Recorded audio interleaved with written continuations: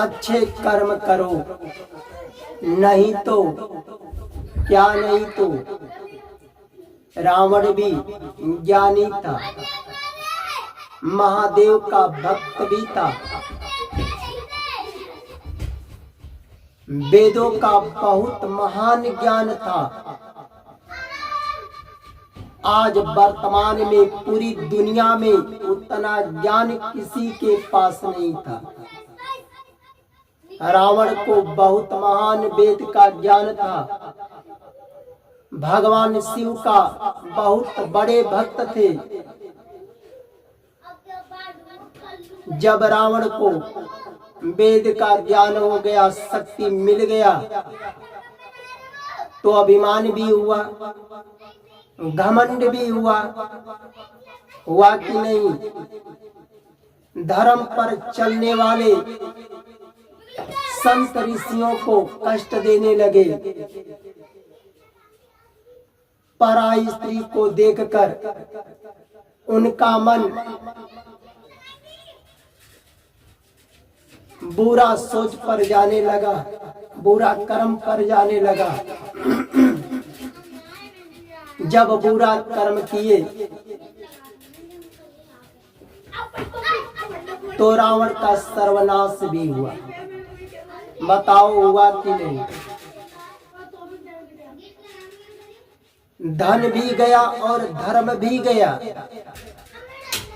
इतना वर्ष बीतने के बाद, लाखों वर्ष बीतने के बाद, 1 लाख नहीं लाखों वर्ष, आज भी रावण की बुराई है।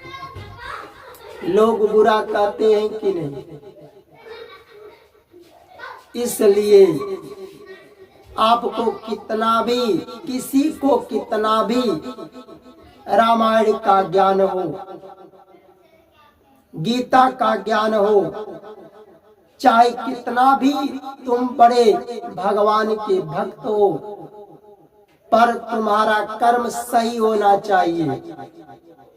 रामायण के गीता के अनुसार कर्म भी होना चाहिए, उसके अनुसार तुम सही रास्ते पर चलो, धर्म के अनुसार कर्म करो। नहीं तो रामायण का, गीता का ज्ञान लेकर के भगवान के बहुत बड़े भक्त कहा करके तुम किसी का जबरदस्ती धन लूटोगे, जमीन हड़पोगे। दूसरे की स्त्री को देखकर अगर तुम्हारा मन गलत जाएगा, सोच गलत जाएगा, तो सर्वनाश होगा। आपका धन भी जाएगा और जो तुम्हारा धर्म रहेगा, धर्म भी जाएगा। शरीर छोड़ने के बाद भी तुम्हारा जो कर्म रहेगा बुरा, आत्मा के साथ जाएगा। इसलिए अच्छे बुरे जो कर्म करते हैं, शरीर छोड़ने के बाद भी उस आत्मा के साथ जाता है कर्म,